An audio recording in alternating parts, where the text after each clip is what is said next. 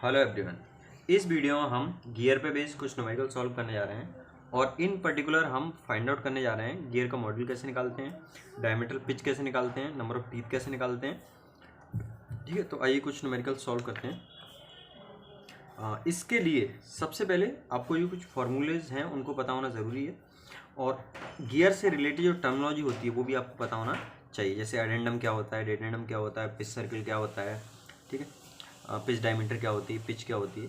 तो फॉर्मूला जैसे आप यहाँ पे लिखा हुआ है डायमीटर पिच, तो डायमीटर पिच को हम पी सबस्क्रिप्ट डी से शो किया है, इक्वल्स होता है टी अपॉन डी, जहाँ पे टी है नंबर ऑफ टीथ, डी है पिच डायमीटर। और बेसिकली ये जो डायमीटर पिच होता है ये आप शो करते हैं इंच में, है ना। और इसको ये भी बोलते हैं डायमीटर पिच का मतलब होता है नंबर ऑफ टीथ पर इंच, मतलब 1 इंच जो पिच डायमीटर उसमें कितना टीथ है। फिर इसमें मॉड्यूल होता है, मॉड्यूल एम होता है, M equals D upon T, जिसमें डी वही आपका पिच डायमीटर है, टी है number of teeth. Generally module M में होता है और डायमीटर पिच इंच में होता है। जैसा मैंने पहले बताया जो कटर आते हैं उसमें और या गियर्स होते हैं, ये इसके दो इंपॉर्टेंट स्पेसिफिकेशन होते हैं, या तो डीपी के हिसाब से आते हैं या मॉड्यूल के हिसाब से आते हैं। ठीक है, देखिए आपने देखा हुआ है। फिर सर्कुलर पिच एक और होता है, आप कंफ्यूज मत हुए, डायमीटर पिच और सर्कुलर पिच में थोड़ा डिफरेंस है। मॉड्यूल में यदि आप पाई का मल्टीप्लाई कर देते हैं तो सर्कुलर पिच आ जाता है। जैसे पी सी इक्वल लिखा हुआ देख सकते हैं पाई डी अपॉन टी, जिसमें डी आपको वही है पिच डायमीटर है और टी नंबर ऑफ टीथ है, और ये आपका पूरा इस तरह से फॉर्मूला बनता है। तो जब आप न्यूमेरिकल सॉल्व करेंगे तो उससे आपको चीज़ें कुछ और क्लियर होंगी। तो इसमें एक न्यूमेरिकल हम देखते हैं, सबसे पहले लिखा हुआ है ये न्यूमेरिकल है, इसमें सबसे पहले ये वाला, ठीक है। जैसे आप लिखा हुआ देख सकते हैं, find the diameter pitch of a pair of gears, ठीक है, हुज हैविंग 32 एंड 84 टीथ, मतलब दो गियर हैं और एक का टीथ 32 है। तो मैं यहाँ पे थोड़ा सा बना देता हूँ जिससे आपको आसानी से समझ में आए। ये मान लो 32 टीथ वाला है और ये 84 वाला है, तो 84 वाला थोड़ा सा बड़ा हुआ तो मैं इसको थोड़ा बड़ा बना देता हूँ इस तरह से, ठीक है। 84 टीथ। अब इसमें दिया हुआ है whose centre distance, centre distance का मतलब आप समझ रहे हैं, सेंटर डिस्टेंस मतलब इसका ये सेंटर है, इसका ये सेंटर है, तो इन दोनों के बीच की जो डिस्टेंस है ये दिया हुआ है इसमें 3.625 इंच, ठीक है। अब यदि आप इसको 1 मानते हैं, इसको 2 मानते हैं, तो बेसिकली ये क्या है R1 है और ये क्या है R2 है। तो आप यहाँ से ये भी देख सकते हैं, आप R1 प्लस R2 की वैल्यू आपको दी हुई है, कितनी दी हुई है 3.625 इंच। और आपको क्या निकालना है, डायमीटर पिच निकालना है, ठीक है। अब देखिए डायमीटर पिच का फॉर्मूला हमने अभी देखा था, पी डी इक्वल्स क्या होता है टी अपॉन डी, जिसमें टी आपका नंबर ऑफ टीथ है और डी क्या है पिच डायमीटर। अभी आपके पास पिच डायमीटर नहीं है तो सबसे पहले आपको पिच डायमीटर निकालना पड़ेगा, और पिच डायमीटर निकालने के लिए, ठीक है, आपको देखो इसमें डायरेक्ट नहीं दिया है, फॉर्मूला लगाना पड़ेगा। आप इसमें गियर में एक बहुत इंपॉर्टेंट फार्मूला है जो कि आपका कुछ इस तरह से होता है, n1 upon n2 equals d2 upon d1, जिसमें d2 d1 पिच डायमीटर है, और इक्वल्स t2 अपॉन t1, जिसमें t2 और 1 और 2 आप समझ रहे हो, 2 मैं इसके लिए यूज़ कर रहा हूँ, 1 इसके लिए यूज़ कर रहा हूँ, ठीक है।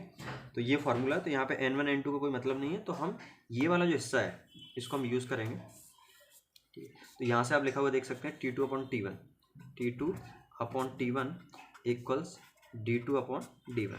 तो यहाँ से आप ये डायमीटर को आप रेडियस के टर्म्स में लिख सकते हैं, तो t2 अपॉन t1 इक्वल्स क्या हो जाएगा 2r2 अपॉन 2r1, ठीक है। दिस इम्प्लाइज 2 से 2 कैंसिल आउट हो जाएगा, ठीक है। यहाँ से t2 अपॉन t1 की वैल्यू क्या आ जाएगी r2 अपॉन r1, मीन्स ये इसका ही एक और है। तो देखो अब आप यहाँ पे लिखा हुआ देख सकते हैं T2 और T1 की वैल्यू है आपके पास। T2 की वैल्यू कितनी है, क्वेश्चन में दिया हुआ है 84 और 32, तो T2 कितना 84 है और T1 की वैल्यू कितनी है 32 है, इक्वल्स। अब देखो R2 R1 आपके पास नहीं है, लेकिन R1 प्लस R2 है आपके पास, ठीक है। तो मैं क्या करता हूँ R2 को तो एच लिख देता हूँ, और R1 की जगह यहाँ से यदि आप इसको कैलकुलेट करेंगे तो R1 इक्वल्स कितना आ जाएगा 3.625 माइनस R2, तो मैं इसमें R2 लिख देता हूँ यहाँ पे, तो 3.625 R2, ठीक है। चूँकि ये एक इक्वेशन है तो इसको अब आसानी से क्या किया जा सकता है, सॉल्व किया जा सकता है। अब इसको जब हम सॉल्व करेंगे तो कुछ इस तरह से कहानी बनेगी। ओके, सॉल्व करते हैं इसको, तो इसमें क्रॉस मल्टीप्लाई हो जाएगा, ठीक है। क्रॉस मल्टीप्लाई कुछ इस तरह से हो जाएगा, 84 का मल्टीप्लाई हो जाएगा इंटू 3.625 R2। ओके, इसका इधर से मल्टीप्लाई हो गया इक्वल्स, ओ सॉरी इसमें ये माइनस का साइन है, ठीक है। तो 84 मल्टीप्लाइड हो जाएगा 3.62 माइनस R2, ठीक है भाई। देखो यहाँ पे देखो आप, ये R1 निकाला है आपने, ठीक है, और यहाँ पे वैल्यू पुटअप की, T2 की जगह 84 रख दिया, T1 की जगह 32 रख दिया, R2 की जगह R2 और R1 की जगह क्या हो जाएगा, ये यहाँ से आ गया आपका R1 की जगह 3.625 माइनस R2।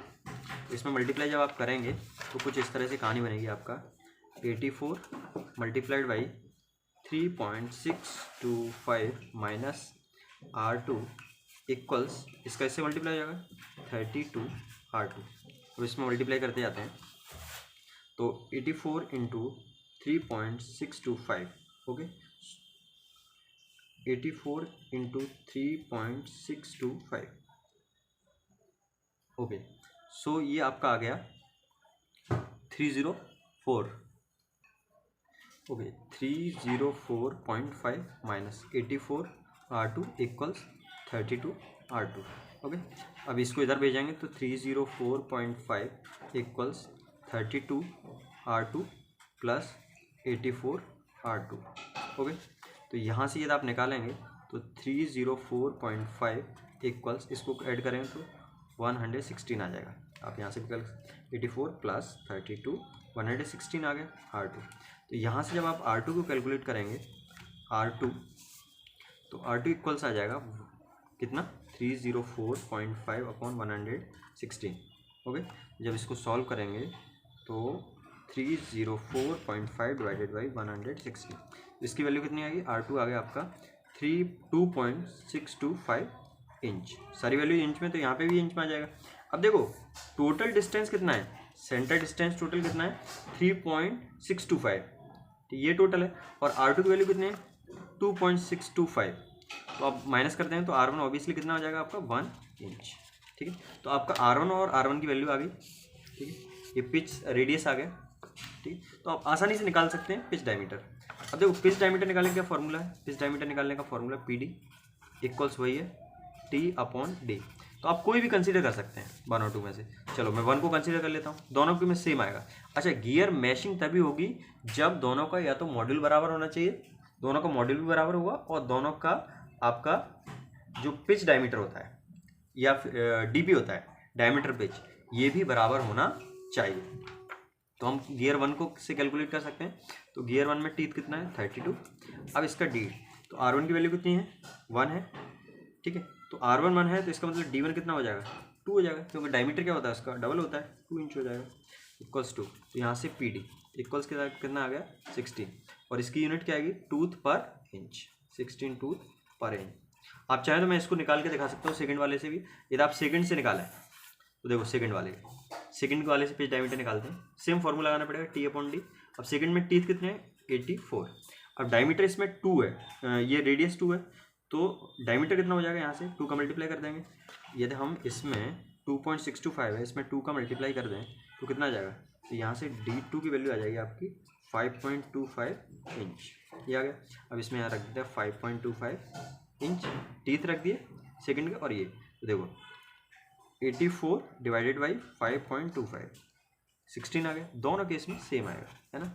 सेम नहीं आएगा तो मैशिंग ही नहीं होगी। तो यहाँ पे PD की वैल्यू आपकी जो हमने पहले निकाला था टूथ पर इंच। बेसिकली जो पिच डायमीटर है, ये डायमीटर पिच है और मॉड्यूल है, इसमें फ़र्क ये है, जनरली डायमीटर पिच होता है उसको हम इंच में निकालते हैं, और मॉड्यूल होता है उसको आप निकालते हो mm के टर्म्स में, ठीक है।